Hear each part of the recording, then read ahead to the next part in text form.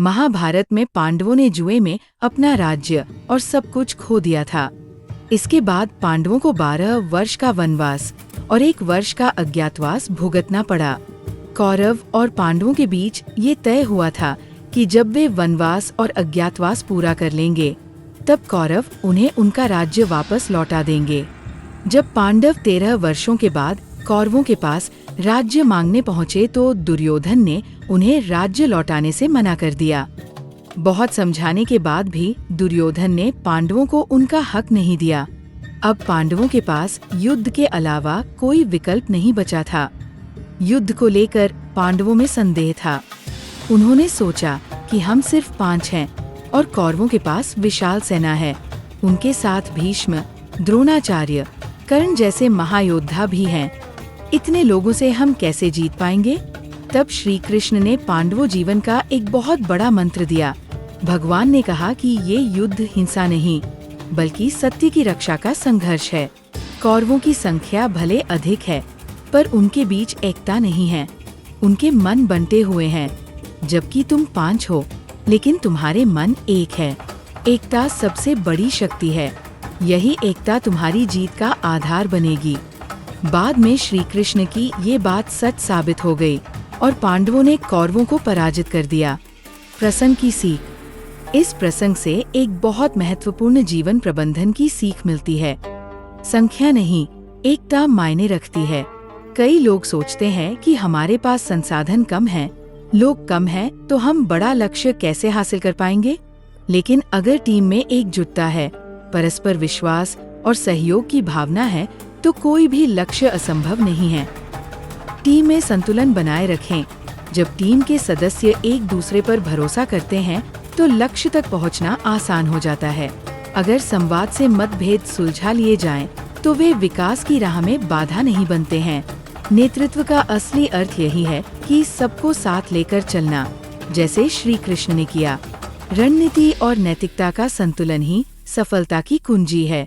घर परिवार के लिए जरूरी है एकता। मतभेद हर घर में होते हैं, लेकिन उन्हें बढ़ाना नहीं, सुलझाना जरूरी होता है।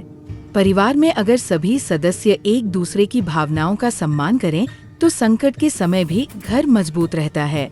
एकजुट परिवार हर सामाजिक और आर्थिक कठिनाई का समाधान निकाल सकता है।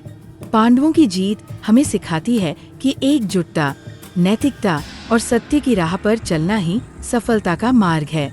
चाहे जीवन का कोई भी क्षेत्र हो, अगर हमारे विचार एक हैं, उद्देश्य स्पष्ट हैं और मन में विश्वास है, तो छोटी टीम भी बड़ी जीत हासिल कर सकती है। जब लोग एक मत होते हैं, तब असंभव को भी संभव बनाया जा सकता है। एकता ही वह शक्ति है जो एक सामान्य समूह को विजेता बना देती है। एकता बनाए रखने के लिए 7 बातें ध्यान रखें। संवाद बनाए रखें।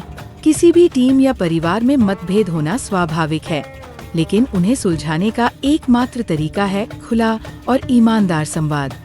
चुप्पी गलतफहमी को जन्म देती है। बातचीत जारी रखें। साझा लक्ष्य बनाएं। जब सभी लोग एक ही दिशा में सोचते, काम करते हैं और आगे बढ़ते हैं, तो मतभेदों के बावजूद सफलता मिलती है। टीम या परिवार में एक साझा लक्ष्य तय करना चाहिए। एक दूसरे की ताकत पहचाने। पांडवों में हर किसी की एक अलग खासियत थी और वे एक दूसरे की ताकत को पहचानते थे और उसका सम्मान करते थे। यही टीम भावना की असली पहचान है। मतभेद चलेंगे, लेकिन मनभेद न होने दें। मतभेद विचारों में होते हैं, मनभेद भावनाओं में। एक दूसरे की बात सुनना और समझना जरूरी है। मतभेद दूर होंगे तो मनभेद नहीं होंगे। मतभेद चल सकते हैं, लेकिन मनभेद न होने दें। सभी के मन जुड़े रहेंगे तो मुश्किलें आसानी से दूर की जा सकती है। अहंकार न करें। अहंकार टीम को तोड़ता है, विनम्रता उसे जोड़ती है। घर परिवार में अहंकार से बचें। एक दूसरे के लिए विनम्र रहें, तभी परिवार में सुख शांति बनी रहेगी। सही मार्गदर्शक चुनें। घर या टीम में कोई न कोई सही मार्गदर्शक अवश्य होना चाहिए। श्री कृष्ण के मार्गदर्शन में पांडवों ने कौरवों को पराजित कर दिया था। हमें भी किसी योग्य व्यक्ति को अपना मार्गदर्शक बनाना चाहिए। मुसीबत में एकजुट रहें। जब मुश्किल समय आता है, तब एक दूसरे का साथ न छोड़े। पांडवों ने वनवास और संकट के समय भी एकता नहीं छोड़ी। इसी एकता की वजह से पांडवों ने हर मुसीबत को दूर किया और महाभारत युद्ध जीते।